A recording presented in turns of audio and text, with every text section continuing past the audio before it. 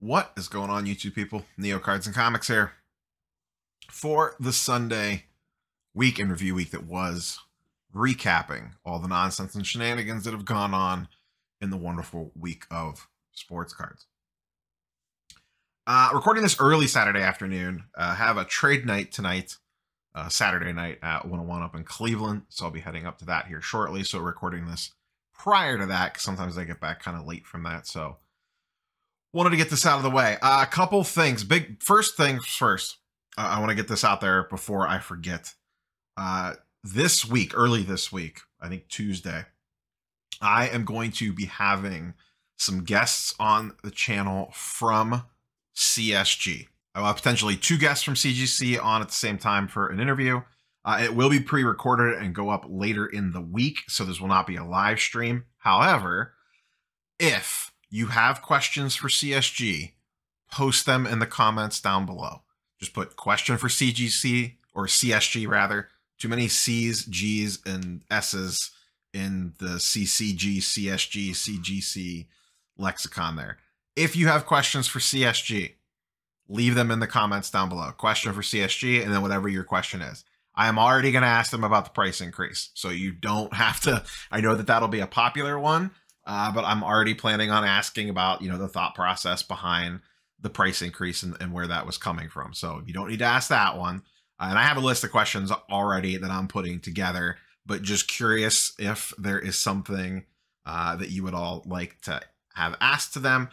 Put it in the comments down below. No promises. I'll see what comes across and just kind of depend on the flow of conversation. I usually keep these things pretty fast and loose and just kind of go where conversation takes us. But if I can work something in, or it's something that really strikes me, I will attempt to work it in. So leave those in the comments down below, or I can mold a handful of people's questions together that covers a bunch of different topics.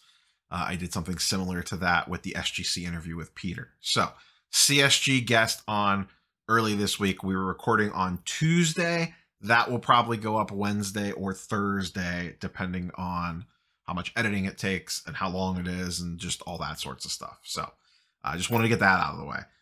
Busy news week this week. We had a lot of news this week. One of the busiest news weeks that I can remember. We had PSA reopening value service. We had the eBay Vault officially launching. We had PSA information later in the week about the backlog and about the New Jersey facility opening. We had Topps and Fanatics news with them coming out with a new Bowman University. I mean, that product already exists. An expansion of Bowman University, we'll call it, with more college athletes, schools, etc. The one thing that also happened this week, which I have not had a chance to talk about, so I guess I'll just kind of touch on it briefly here. Beckett has a new CEO. I forget the gentleman's name off the top of my head right now. That is my fault. Beckett has a new CEO. They have put some statements out. My general quick take with that, and once again, I've not had a ton of time to dive into this. This happened also on Friday, but after I'd already recorded the news video. I watched Because I'm Carlos's video that he did about this very topic, and it seems like the guy comes from a tech background, not a card background. Not that that's a bad thing or anything. But a lot of the stuff that they listed off really didn't have a whole lot to do with actually grading cards. It was a bunch of, I don't know, there was a bunch of stuff listed, but it didn't seem very card focused.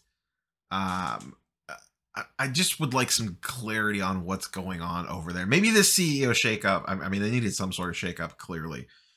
Beckett has been slipping, and their communication has been god-awful. If you could fix one thing, please just fix your communication.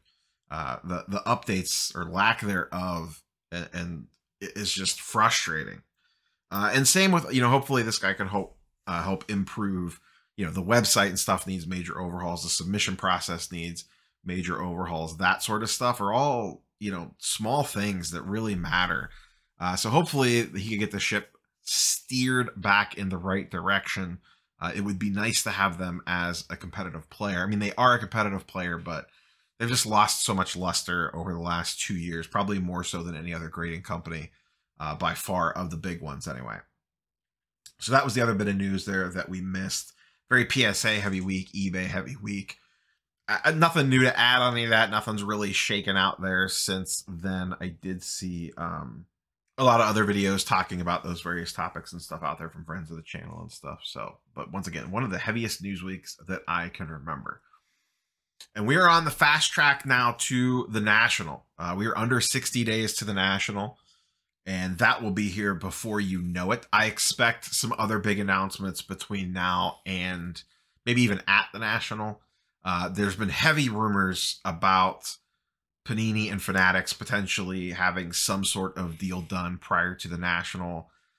That's been floating around everywhere forever, but who knows if that's actually true or not. I guess we'll find out sooner rather than later if it does actually get announced before the National, or is it just all smoke and none of it's actually real. But I have heard that from all over the place, that deal is potentially close.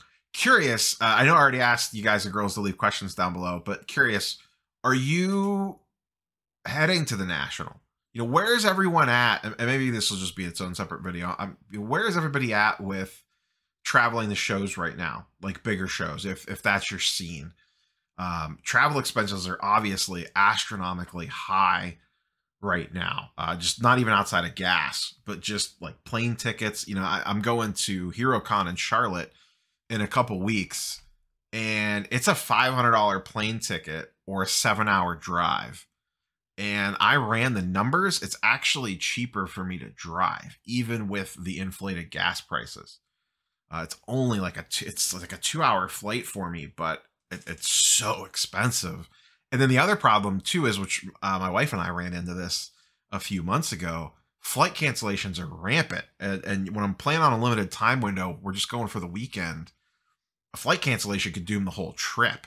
And then you're trying to get out of hotel rooms and the whole 9 yards. So I'm just going to drive down and bite the bullet and drive the 7 hours. It's a little bit longer than I would like. That's about the drive that I have to the National. But just curious where you guys and girls are all at with traveling to shows. You know, I still go to my locals. Nothing's more than an hour. It's an hour drive for me tonight to the 101 trade night. So that'll be, you know, a quarter tank of gas, probably round trip. I get about 30 some miles to the gallon. But is that stuff affecting you? You know, even if it's not necessarily affecting your card purchasing, I know some people have said that it is, and some people said that it is not. Is just the general travel to shows starting to creep down on you. I'd be curious for the people that travel all the time, like, you know, like a Kenny Fornos or a Roth or even Ryan at Card Collector too, like those guys that are constantly traveling, like flying and making trips to these big shows. You know, is that beginning to impact things? I know my local shows have still been really well attended. I am very interested to see, I've mentioned this before, I'm going to the Midwest Monster on this coming Friday in Indianapolis. That's about a 5-hour drive for me. I'll be very curious to see how the attendance is at that show. I did not attend Shipshawana a couple weeks ago. I talked to a lot of people that went to that show. Everyone said it was packed, like absolutely packed. That show draws extremely well, and they get very, very heavy traffic. So I'll be interested to see what this Midwest Monster looks like, which is about twice the size of Shipshawana, give or take. So if you're in the Indianapolis area, Fishers, Indiana, I believe is where it is. You know, try to head there Friday, Saturday show. I will be in attendance both days. Yeah, it's just this weird thing right now where, you know, people are talking about card prices going down, and interest in the hobby, this, that, and the other thing. And, you know, the economy as a whole is killing everything. But you go to these shows and they're just packed. Like my local shows are packed. These regional shows are packed. So it's just this weird catch-22 where, you know, it looks doom and gloom on one side, but then you go to a show and it's slamming. And card prices are trending down a little bit, sure, but interest, even though both of these things could be true, you know, it's kind of a statement we say a lot on the channel, like both these things could be true. Card prices could be coming down. The hobby could still be very strong in regards to interest. I think people are very interested in sports cards still. I don't think that's gone away. Like a lot of people that came in, myself included, that got wrapped up either right before the pandemic as the sports card world was heating up, even pre-pandemic. And then the pandemic really, you know, juiced it to the moon.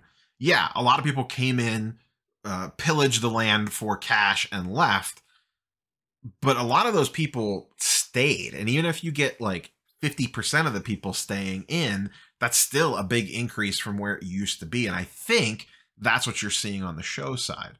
And we've talked about like the show within the show. There's the dealers that are willing to move things at current prices and willing to work with you, and the dealers that are still stuck on January prices or 2021 prices. So that's always an interesting dynamic too. I'll be very curious to see the vibes at the Midwest Monster, to see, you know, cash trade. It seems like trade is what a lot of people want to do. I'll be curious to see where people's headspace is at the trade night tonight. So interesting times ahead. That's pretty much all I have for the preamble and just general nonsensical talk. Let's go ahead and dive into some charts and graphs. We're going to lead off with basketball. As you know, the NBA finals are going on. The series is tied up 2-2. Steph Curry went absolutely ham on Friday night. Dropped, I believe, 45, 43, 45, I think it was. The Celtics have been very up and down all playoffs, and that continues to show in the NBA finals. The overall basketball index itself over the last 7 days, both still trending down slightly, down 2%, down 3%. Last week, most of the indexes were flat. This week, most of the indexes are slowly dipping back down a few percentage points again. And once again, the two there are ultra modern 2018 to 2020 and modern 2010 to 2017. A couple individual cards to chit chat about here. I did pull up Jayson Tatum. His stuff's been really all over the place. This is going back 14 days, and I pulled a bunch of his stuff. His silver, his optic hollow, his optic base, his prism base, and his mosaic base. Most of the stuff's down slightly, with the big boys down a little heavier. The optic hollow and the prism silver down about 20 to 25%.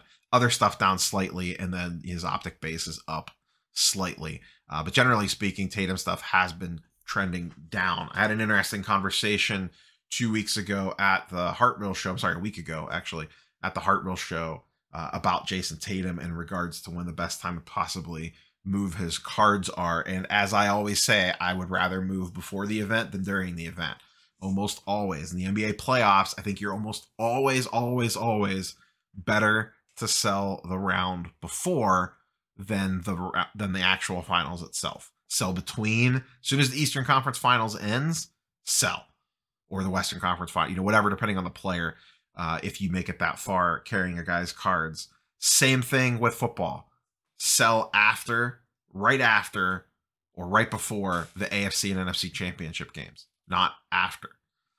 Usually then things start dipping back down again. There might be a little window if the player actually wins where it spikes back up, but you're riding a roller coaster in between. Like right now, you know, Tatum back on May 30th, his silver was up to 1,600, and it's been higher throughout the playoffs. But you can see since then, now it's down to $1,200, almost $1,000 on the one, and has been trending downwards since then. And could it go back up again? Sure, yeah, he could go on a tear. I actually think Tatum's hurt. I heard Simmons talk about this on the Bill Simmons podcast. It does seem like that shoulder injury is probably worse than they're letting on. There's times when he looks great, and then there's times when he looks like he could barely move. And I'm wondering if there is more going on with that shoulder, and he's just trying to tough it out as best as he possibly can to just get through this series. So we'll see what happens. It was a very impressive win by Golden State. I think both these teams have their flaws. And I think it's just going to come down to which team could potentially get hot. You know, Boston has played them very, very tough, but sometimes Steph's just going to Steph, and that's all there is to it. Speaking of Steph, I did pull up his Topps base, PSA 10, PSA 9. Unfortunately, one of the ugliest rookie cards in existence. It's just not a great looking card. Steph's cursed by this. This is the paper, not the chrome version, as the chrome version does get very, very pricey. Not that these don't get pricey as well. PSA 10 doing about 9K. PSA 9 doing just under 2K. And that hasn't really changed that much. The PSA 10's up about 7%. The PSA 9's down about 15%. This is over the last 2 weeks as well. You can see there's only been 2 PSA 10 sales. They're only popped 365 on those, so there's not a ton of them out there. The 9 has only popped 1,200. Just not a lot of these out there from that time period. Very low printed set. There was weird licensing stuff going on back then, hence why the weird design on these cards. So slightly creeping up, basically holding. I don't think like an NBA Finals MVP makes that big of a difference for Steph card values. Him winning another title could. I think it just builds in more safety than necessarily spikes the price. I don't think this card goes to the moon if he wins another title, but I think it does build in a lot more stability with Steph Curry stuff in the long term. And this team could potentially win another one. They are pretty good, and they have some young kids floating around as well. Baseball, just an interesting one here. I kind of switched this up a little bit. I went back 60 days, which basically takes us back to the beginning of the NBA or MLB season. And it's rough. Modern baseball as a market is down 30% since the beginning of the season or the early days of the season. And that's the 2018 through 2020 stuff. The 2010 through 2017 stuff is down 13%. So both indexes getting hit pretty hard. On the more modern side, a lot of that is being driven by Soto stuff. Soto stuff's really come down. Ohtani stuff has really come down. Tatis stuff has really come down. Some of the prospects have not performed well. We're going to look at some individuals here really quickly, such as Bobby Witt. This is going back to mid-March. This is his PSA 10 prospect auto and his refractor auto, both from first Bowman's. The PSA 10 base non-refractor is down 55% since mid-March, and the refractor auto is down 32% from mid-March. And that's right before the news came that he was going to break camp with the team. The refractor auto got all the way up to $7,000. And as always, we've talked about this a ton. When this prospect news comes out, 9 times out of 10, you were just better off to sell it, and then you can buy it back later. If you sold this card back in April, late March for $6K, you could buy it back right now if you really love the card for $3K. So now you have the card and $3K cash in your pocket. Just, if you're in this to flip and make money, just take the profits when they're there. Don't get cute. Don't fall into the trap. And it's easy to do. I've done it myself. I have done it myself on cards. Cards that I should have sold it when it had doubled in value. I got cute, got greedy, held, and now they're right back where they were at when I initially paid for them, or slightly above. It can happen to the best of us. Just remind ourselves, if you're not in the card for the long term, and it's just something that you bought for the whole purpose of flipping, and you can make a good profit on it, just take it, especially in the way that the market is currently going. Don't get cute. Just do not get cute. Tatis stuff also taking a little bit of a hit, as I mentioned before. Some of his stuff's down about 10 to 20%, give or take, depending on the refractor. The one thing that really took a hammering here, which I was surprised, the blue refractor, which is a gorgeous looking card, is down 51%. And there's multiple sales on this, and you can see it here, have trended down.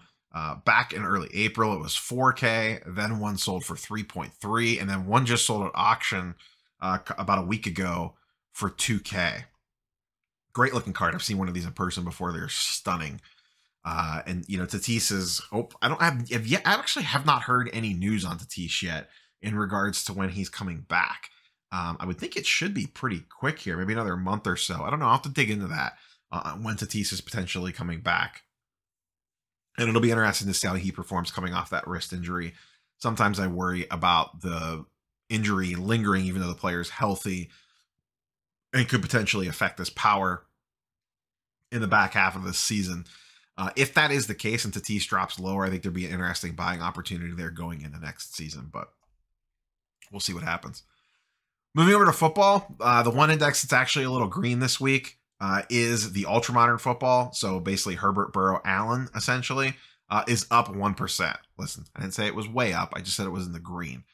And then the other football index is down 0.7% on the modern side, 2010 to 2017, as a grouping. One individual card that I wanted, two individual cards that I wanted to talk about. One, that's seeing a little bit of a rise back up. This card was up there, then dipped way down and seems to be coming back again, is the 2005 Topps Chrome Aaron Rodgers. This is in a PSA 10. Back up to $4,000, was down to 2.5K, so up 63%. And as I said, this card kind of been on a roller coaster ride if I back this out a little bit. You can see it was up to around 5 to 6K in the winter back during the playoffs. Then it dipped down to about 3.7, went back up again, dipped down, went back up again. A couple sales there around 3.5. and then it dipped back down again to 2.5, and then is on the rally back again. So still overall trending down, but it keeps taking these dips and then pops back up, and then dips and pops back up. So we'll see where the end in sight is, but right now it's back on an upswing. So it'll be interesting to see if it actually holds there, since we're kind of in the fast track to football season now, or if it sees another pullback back down again. And the last one I wanted to talk about, I made this video on March 24th, and it was, do you know what the most overvalued modern sports card is? And it was, you know, I said that it was the 2017 Patrick Mahomes PSA 10 Silver Prism. And this was back when it was getting shilled constantly. It was hard to even find good prices on it. The commenters were mad that day. A lot of them were pretty upset. I was curious, so I went back to look. So I published that on the 24th of March. After that, a sale went off for 5.8K, so that's kind of the baseline. And there was a few sales there just south of 6K. And then this card continues to go down. The most recent sale was 3.8. That's part of the reason why I pulled this. This is the first one that I've really seen dip pretty hard below 4K. So 3.8, just under $4,000. And from that March video, it is down 35%. I still think even at 4K, this card is a little overpriced and has room to go down. The Chiefs lost Tyreek Hill. They really didn't do much to replace him, in my opinion. I know that they brought some guys in, but no one is on Tyreek Hill's level.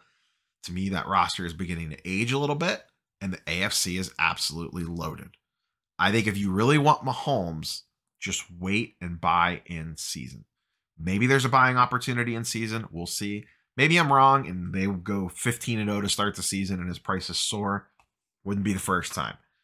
But I think there will be buying opportunities in season. If you truly believe in Mahomes, I think there will be opportunities to buy him during the season if they struggle at all. If I had Mahomes, I think I would still be looking to potentially move out of him unless it was something like ultra rare that you don't think you can get back. But like these silvers, optic hollows, that sort of stuff that you could easily move in and out of. If I had one and I was going to the National, I'd probably be looking to trade in into something that has more short-term stability. I am not sure that most sports cards are stable over the next 6 months, but the Mahomes still concerns me quite a bit. So that's all I have for you guys and girls this week. Once again, any questions for CSG, leave them in the comments down below. I will be cranking out that interview later this week. Looking forward to that one. And then we've had SGC, now we've had CSG. Maybe we could get Beckett or PSA on as well. We'll see what happens with that. But yeah, smash the like button, subscribe if you haven't. Not sure what we're doing for video tomorrow. I need to noodle on that. Maybe I'll kind of see what happens out of this 101 trade night, and if I make any deals, recapping any of that stuff. But that's all I got for you guys and girls. Have a good weekend. Catch you on the next one. Peace.